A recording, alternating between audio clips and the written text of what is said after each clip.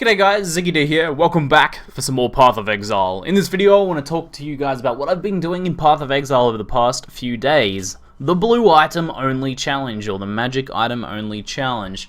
Basically, I set myself out a challenge to roll a new Bloodlines character. It's the first character I've actually played on Bloodlines. And at the same time, I wanted to kind of go back to a time when Path of Exile Hardcore was a much slower paced and more considered.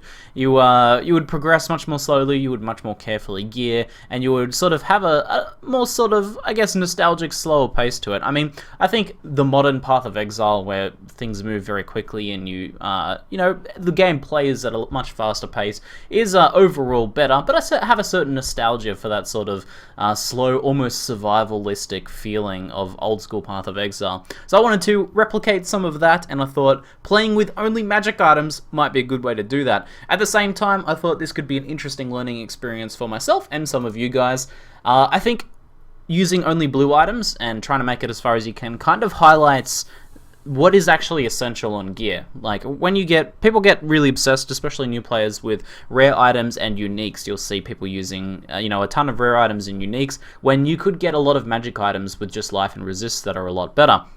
So once you start restricting yourself to only magic items, you only have 2 mods to play with on each item, and you need to much more carefully decide what those modifiers are. It's like, sure, you can get 12 to 22 fire damage on your amulet, and that's going to boost your DPS, but can you afford the cost of not getting life on that? I mean, if this was a rare, you could just get some damage mods and some life and you'd be good to go. But when you're using those blue items, you much have to make that decision much more carefully. So at the moment, I'm like, yeah, I can afford to sacrifice some survivability for a little bit more damage, but maybe a little bit down the line I'm going to have to reconsider that.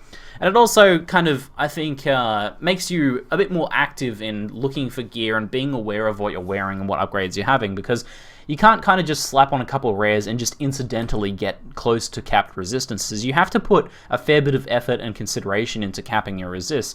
At the moment, I am doing pretty well. I'm in Act 2 Cruel at the moment, and I'm almost capped in Cruel even after the resistance penalty. So I'm doing fine, and I think I'll be able to continue to roll through Cruel and well into Merciless, unless I die to something silly, or if I die to a Bloodlines mod I'm not familiar with, which there's a good chance that'll happen, but I'm gonna have a good time seeing how far I can make it.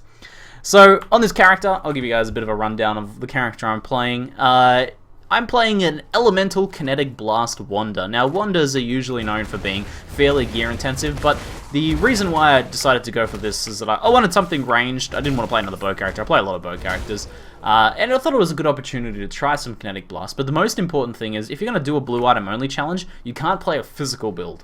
So the reason for that is, to get a good physical weapon, you need basically at least 2 prefixes, but you'll mostly want 3 prefixes. And that is increased physical damage, a flat increase in physical damage, and then increased physical damage hybrid accuracy mod. So that's how you get yourself a good physical weapon, or you at least have 2 of those 3.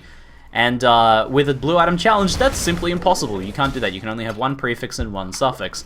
However, with an elemental-based build, all you really need is either crit chance or attack speed on the suffix. Both of those fine. Like, if you're using, if you're using rare items, you can get both of those and you're going to be better off. Sure, like, obviously, a blue items only character is never going to be as good as a character that has rare items. Of course, let's get that out of the way. This is not the point of this. But you can make an effective character with just something like this. You know, I just found a 1.5 attack speed carver wand. Honestly, you can use a white wand, but I managed to get one here with 7% increased attack speed. And for leveling, that's all I need. Later on, I'm going to try and find a high base attack speed wand with crit chance as the suffix. And then the prefix could be like a little bit of elemental damage or something like that. Is going to be fine. And then for all the rest of your gear, you can basically just build defensive and get most of your damage from your auras. That's kind of the beauty of an elemental build. So at the moment I'm running Herald of Thunder, Herald of Ice, and Wrath, and eventually I'm also going to run Anger, and that will give me enough damage to get into and do maps, even with only blue items. So it's definitely possible. And I mean, people have done this before. People have killed Atru with Eldritch Battery CI characters, and people have killed Atru in blue items before. It's definitely possible to do. It's still an interesting sort of challenge and an interesting learning experience though, and I've been really having quite a bit of fun playing through on this character with this challenge, and it has sort of done what I wanted it to do, which make me have a much more slow paced, considered playthrough. But I've been really thoroughly enjoying it. Other options, if you guys wanted to do a blue items only challenge, a magic items only challenge, is to go something like a spellcaster. So as I said, basically the only thing you can't really do is a physical character. I imagine summoners would be possible. I'm not sure exactly what restrictions you'd have as a non-rare using summoner. I know that one particular challenge you're going to have if you're doing blue items only is getting enough primary stats. So if you have like only limited access to something like dexterity from the passive tree, getting dexterity on gear becomes a lot more difficult if you can't use rares, because you need to start sacrificing, you know, other much more attractive stats for those things like dexterity. You can get a little bit of dexterity on an amulet, for example. You get some strength on a belt, but to get your actual rolls, like strength roll just here, for example, that takes up a resistance slot. So although I've gotten some strength here, and that's helpful because it provides a little bit of life, I am sacrificing the resistance. I mean, that could potentially be some cold resistance, which would bring me up to cap. So the sacrifice for getting main stats in a blue items only character is much, much higher. So you could play a spellcaster, or I think you could probably manage a summoner as long as you planned out your passive tree to accommodate for that weakness, for that sort of drawback. And on the same token, like when I was planning out the skill tree for this character, I unpurposely routed out a few things like Faith and Steel and stuff that give more increased elemental resistances. Templar's good because he gets quite a bit of extra resistances as he kind of moves around the trees. Some 12 all resist there. We've got some extra resists, I think. Oh yeah, Faith and Steel. I think we can get some over near Witch as well. There's quite a bit of all resistances available to me, and this challenge is also good for that because it kind of highlights those things that you can get as well. You know, main stats and resistances that are scattered around the tree that you would often ignore, but can actually be very helpful for while leveling. While you're leveling a character, it's often not a bad idea to pick up like an all resist node and then just respec out of it later. Oh, holy commentary drops. So this sort of challenge can sort of help you learn that too. Maybe some of you guys will pick up this and enjoy it, or maybe some of you guys will kind of just enjoy watching it. I've been live streaming. You can check out the VODs, or you can pop into the live stream to see how I'm going if you want. But otherwise, I'll probably keep you guys updated on how I'm going with it. So one question that comes up very often with this challenge is whether I'm doing this self-found only. The answer is no, but you might as well be, because when it comes to doing blue items only challenge, there's not really that much difference between trading and self-found, because maybe at endgame you can potentially buy some nice Regal-worthy blue items from people, but for the most part you're using blue items, and in terms of leveling gear, most people sell really good rares or uniques, mostly uniques, and you know, that's not really going to help you, right? You can't wear those items, so it's kind of, you know, sure you can trade, but there's not really going to be that much advantage to you in doing so. So what I've been doing is if I get things like Alks or Chaos, I use like Alks on strongboxes and stuff, but I also just trade for them for like skill gems if I need. I did end up buying like an Elrian ring off someone, so there's a couple things you can trade for, and I haven't explicitly given myself self-found only challenge, but it's really like not much of a big difference if you do go self-found or not in this particular challenge. I just found it easier to trade for the skill gems, and it didn't really like make it all that much easier apart from getting some skill gems, which is nice and helpful. Another frequently asked question that comes up is, can you actually even get capped resists on blue items? Is that even possible? And the answer is actually technically yes. I think with perfect resistances on blue items, on every item, you can actually get capped resistances. Now, that's not going to happen. I'm not going to get like 45 resistance roll on all of my items, but I can get, you know, 30 plus on each of them, and then pick up a little bit of resistances on the tree. You know, I've got some more resistances on the tree, so I don't need perfect gear. And if I'm ever struggling at any point, I can potentially drop some damage and run a purity aura as well.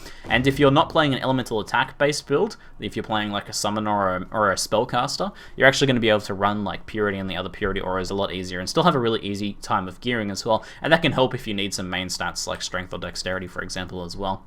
So because this is always fun, I'll give you guys a rundown of my epic gear set. People like to sort of see what gear I'm running.